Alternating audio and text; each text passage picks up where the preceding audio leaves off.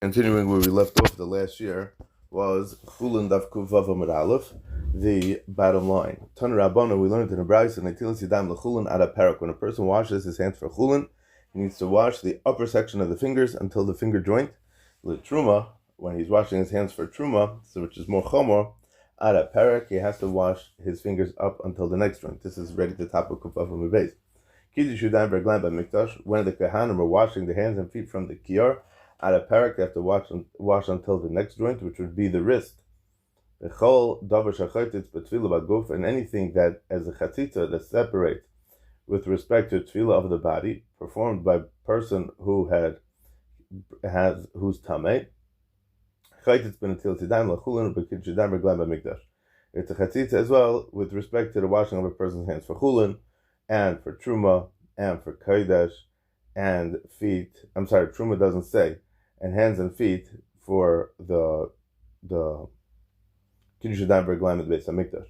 Tefillah in the mikvah is not good unless the water of the mikvah comes into contact with the entire body of the person who is being tovel. If any object forms a barrier between the water and the part of the body, that tefillah is no good. And such a barrier is called a chatzitza. Midaraisa, a chatzitza does not passel the tefillah unless it covers a majority of one's body, and it's an item that the person doesn't want there. The Chachamim, however, would guide that even when either factor is present, meaning that you don't want the chatzitza or it covers the majority of the body, the tefillah will be no good. And if you take a look at Mikvah's Parak Tes, Mishnah Aleph through Daled, you'll see a list of things over there which are chaytzitz and which are not chaytzitz. Omar Rav said, Ad kan lechulin, one washes up until here for chulin, Ad kan letruma, up until here for truma. What do you mean up until here? I mean, Rav pointed to the second finger joints and said that one must wash up to here for chulin.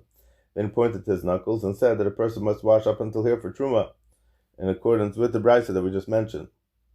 Ushmul Amar Ad kan bein lechulin bein letruma. A person washes up to here for both chulin and for truma lechumra. And Shmuel was being machmer.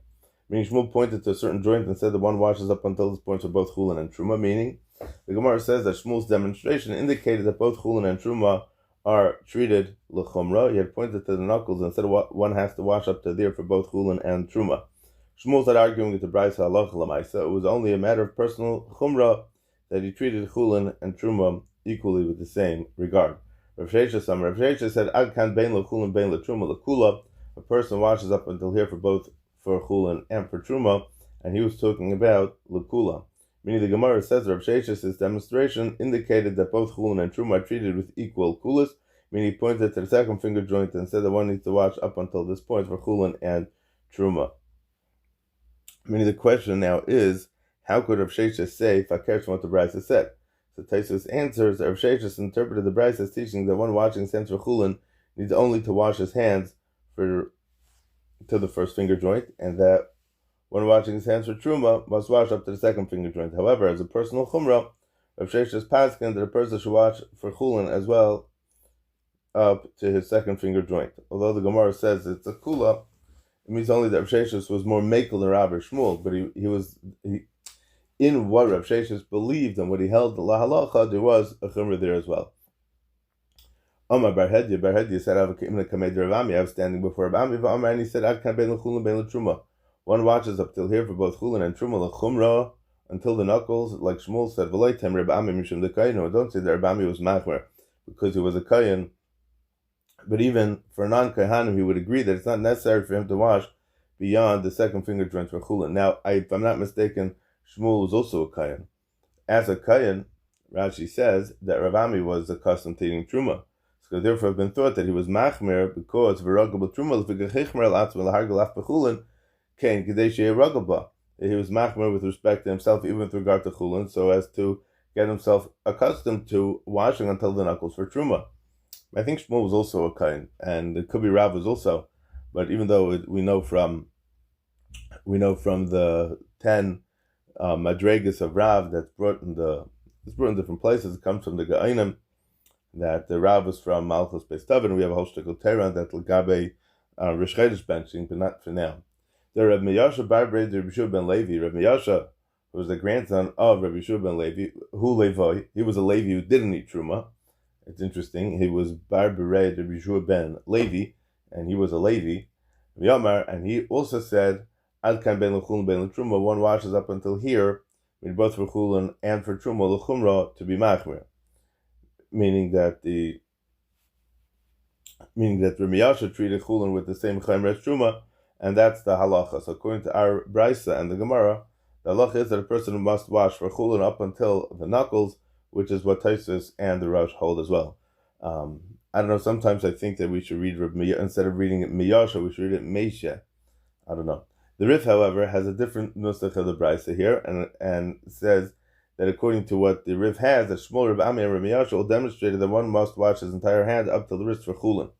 Shulchan Aruch and Aruch Chaim, Yikov Samach Aleph, brings both shittas and says that wherever possible, a person should be machmer and wash the entire hand up until the wrist for chulin, in accordance with the Rif. If a person doesn't have sufficient water readily available, he could be semich and Rashi, wash up till the knuckles. Okay, however, it's different if your person just doing it to be mitaher his hands, or a person is doing it when his hands are tamei and needs to actually be mitaher yadav. Okay. Zok the Gemara weiter, Amar Rav said, Neitel Adam Mishtei Yadav Shachos, person may wash his hands in the morning, Umastalem Kolayim Kuloi, and make it tonight that the washing should serve to render his hands tahor for eating bread throughout the entire day. Now this is referring to a person who's washing his hands for some other reason, such as when he wakes up in the morning or after using the bathroom. So Rav says that he may make this tonight, that this Netilas Yadayim should work for any bread that he may eat throughout the day, provided that he's careful not to touch anything that would make them tamei or dirty, that would cause a problem of Netilas Yadayim, and he wouldn't be Mesiach Das, because once a person is Mesiach Das, he has to wash his hands again. The Rashba asks that since a person's hands are tahor, because he was careful with his hands and wasn't Mesiach Das from them from the time he washed them until he ate bread, why does he need to make it tonight that the washing is served for eating bread throughout the entire day? Even without such a tonight, the hands are not stam yadayim, but they're properly washed hands.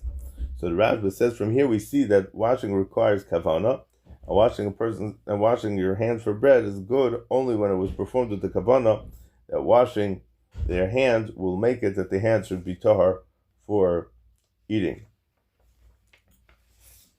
Amalahu Ravavina Libnei picks the Arvas Gaganatun Leshchichu Maya Mishu Yadaichu Mitzafer Va'asno Alayu Lakula Yaima. This is already the topic of Zayin Amid Aleph. Ravavina said to the people of Paktu the Arvos, the valley of Aravos, where water was very scarce, like Rashi says, V'Brikash Laisa Medina Bein Mayim Mitzuyin Lahem. We have it in brachas also in Daf Nun Daled that the Gemara is talking about that a person makes a bracha on a nace, and it says over here, they bring this Gemara over here that he was tzachi lamaya, he was very thirsty for water, and all of a sudden water appeared. So Rab Avina, who in the Gemara brachas Daf Nun Daled is Ravina, because Ravina is Rab Avina, that he told the people of Pakta Darvos, people such as you, for whom water is scarce, you can wash your hands in the morning, and you can make it tonight that washing should keep your hands tahor throughout the entire day. And we will continue Daf Kuf Zayin in the next year.